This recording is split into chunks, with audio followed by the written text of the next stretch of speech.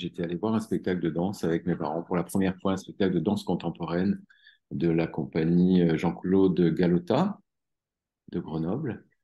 Et c'était une vraie surprise parce que j'aimais beaucoup déjà les arts du geste, mais je ne savais pas ce que c'était que la danse contemporaine à l'époque. Et j'ai adoré ce spectacle, c'était absolument fascinant et pour moi très nouveau. Et quand je suis sorti du spectacle, j'ai dit à mes parents, je dis, mais c'est quoi ça? Comment ça s'appelle? L'humain est tellement parti dans des sphères étranges et qui ne me plaisent pas beaucoup aujourd'hui. Et je trouve que l'art en général, et la danse peut-être, la sensibilité de la danse, toute forme de poésie est très importante aujourd'hui pour réinsuffler un peu de merveilleux dans notre monde qui en a tant besoin. C'est toujours là, mais il faut toujours le redire oui, redialoguer avec ça, dire aux gens combien regarder, combien sentir, combien voir, combien partager est important.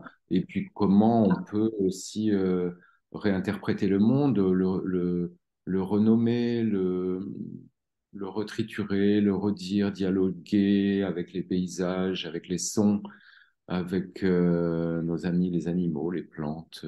C'est ce qui peut nous relier aujourd'hui vers quelque chose de merveilleux, justement, de meilleur.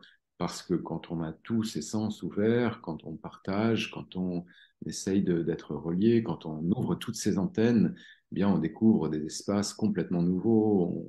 On peut développer des gestes, des dialogues, des chants, des danses, qui vont raconter le monde et qui vont raconter notre rapport au monde, notre rapport entre nous aussi, et puis ouvrir des espaces de recherche, des espaces de partage, des espaces d'histoire à se raconter. Mais quand on sent, quand on ressent, quand on écoute, quand on voit, quand on échange, eh bien, justement, c'est de l'ordre de l'inconnu.